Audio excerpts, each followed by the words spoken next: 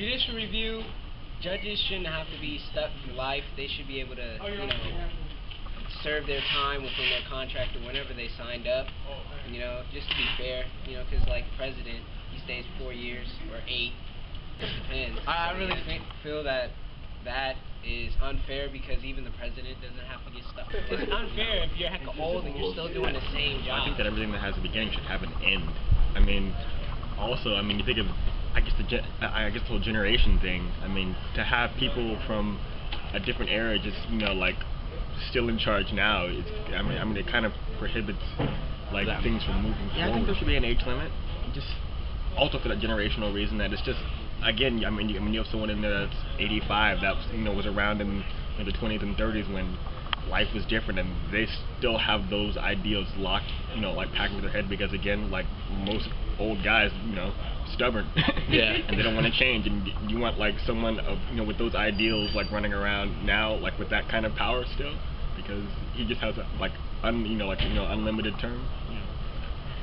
Yeah, for that kind of power, I'd say election needs to happen. That's just, again, way too much power, and power corrupts, absolutely. Especially, if it doesn't necessarily, I guess feel like the people put you there, because I guess we're supposed to be a democracy, but you got people just getting promoted now. If that were the the way the whole presidency worked, where people just got promoted when people left, so the vice president now would would get promoted when Obama left, as opposed to us electing the next one. It's not the way it should work, I think. I believe they should have term limits. Only because I think it allows the system to work as it's designed by creating a diversified opinion and really being representative of the population, the voting population. If you get persons in there who can serve out a life term, then their ideology and viewpoints, they become stale and sometimes outdated, and by allowing them to re-elect justices, I think it creates and it keeps the opinions of the judicial system fresh and relevant, which is the purpose of the high court. So that's my no. I don't.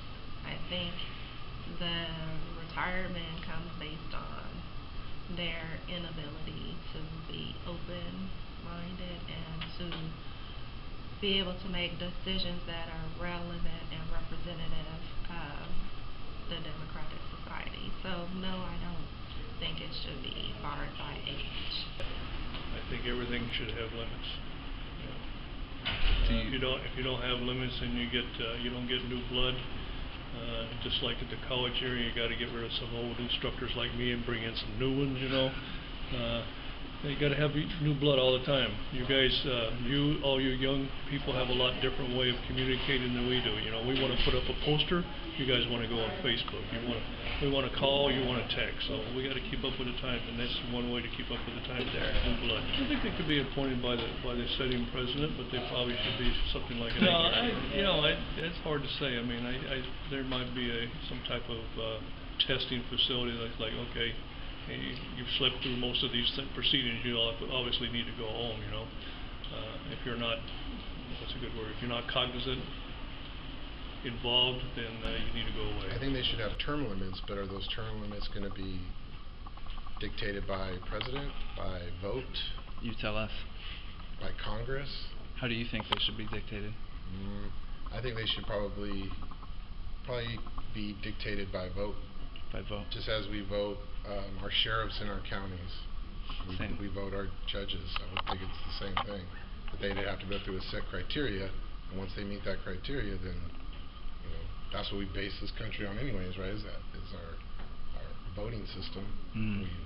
We trust it, whether we like it or not, or we actually vote or not. So I don't think the life term that's giving one person too much power over too long of a time, and then there's no really check and balance of that person. Probably, I guess the best time to do it is when we have presidential elections. That's when most people vote anyways. Yeah, I would think so. I guess it would be the same thing as should people get to a certain age, do we take their driver's license away? What's the criteria for that? Okay. If there was a set criteria, and they knew that going in, yeah.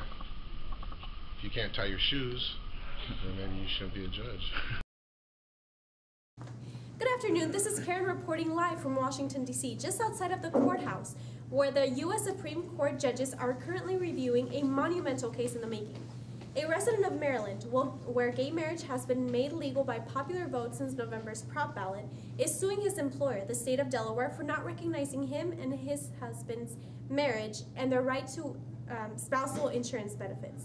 Led by Chief Justice Jeff, each judge will present their opinions, which are based on past rulings, legal theory, and constitutional law. No staff, clerk, or marshal is allowed inside.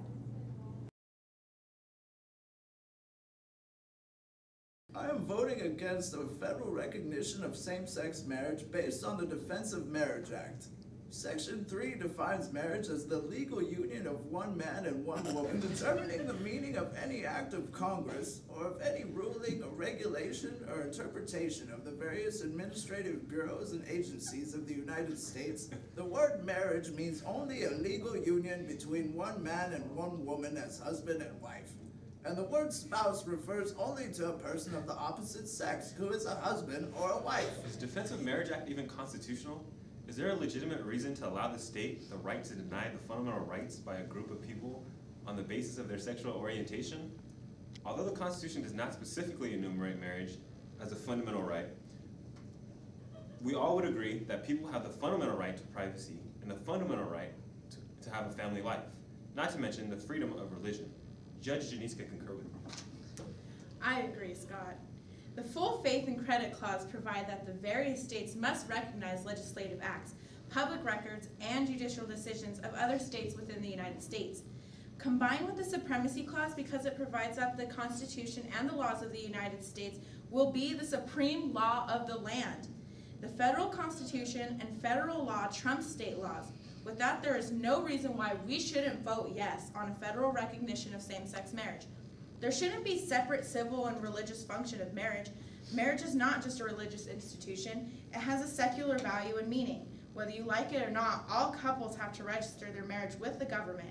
They pay joint taxes to the U.S. government, and they should have the same federal rights, privileges, responsibilities, and protections that have been associated with marriage. Any state refusal to allow same-sex couples to enter into a civil marriage is unconstitutional. Based on the 14th Amendment, equal protection based on sexual orientation is regarded with low scrutiny, where discrimination based on religion is given strict scrutiny. Unless there's a legitimate reason to impose laws denying the equal protection clause, it is our job to make sure that there is no disproportionate effect on one group over the other. Is there even a compelling reason to deny same-sex marriage other than the fact that it is condemned by people with Christian morals? There needs to be a clear separation between the church and the state. I agree with the chief. This form of discrimination is necessary to maintain the peace and the safety of, and to preserve the values of the American family. Allowing these two men to get married is simply unconstitutional. Must I remind you that the Defense of Marriage Act of 1997 was passed by both houses in Congress and by a large majority? Can someone please tell me how that is not a representation of the people? This is what the people want. Sexual orientation is given low scrutiny. It's a non-suspect class. Since existence, marriage has been between a man and a woman. And should and will remain that way. I, along with the majority of this country that we represent, believe when it says that marriage is a sacred commitment, it is meant to be between a man and a woman. If we allow this kind of thing to be accepted, who knows what will happen next? Humans marrying their pets, that's what's next. Imagine what will stem from this if we say it's acceptable and right for a man to marry another man and call it marriage. Soon, pedophiles will want a right to marry their victims. The majority of the people believe that same-sex marriage is a sinful, immoral action, and that's why they don't want their children raised in a country where it's accepted. We interpret the law, and if the majority of the people are against homosexuals getting married, then we are not being honest. Excuse me, before Loving v. Virginia, the defense used the same illogical reason and argued that marriage has always been between two people of the same race. I'm greatly disappointed that in 1967 the court had more courage to do the right Public thing than we opinion do has now. shown there is a gradual increase of Americans favoring same-sex marriage in the United States. In addition, same-sex marriage is legal in the District of Columbia. Are you keeping up, Chief? Look, the Chief of Justice who couldn't even stay awake to finish the deliberation. Why should he be allowed to have such a big impact on this country's opinion in our final report, but the majority vote is against a federal recognition of same-sex marriage. That is our final ruling. And there you have it, folks. After hours of deliberation, each justice was left to decide for him or herself, and the U.S. Supreme Court judges have come to a 4-3 decision naming the state's non-recognition of same-sex marriage as constitutional. At this point, the ruling is forever a part of constitutional law. From outside of the courthouse, this is Karen, reporting for Political Science News. Now I have some questions for the audience. What is your opinion?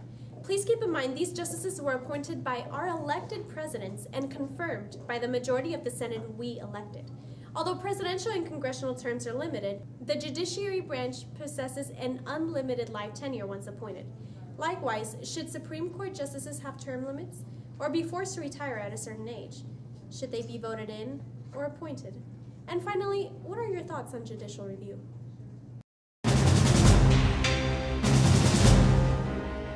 A federal recognition of same-sex marriage based on the... I sound like Sean Connery.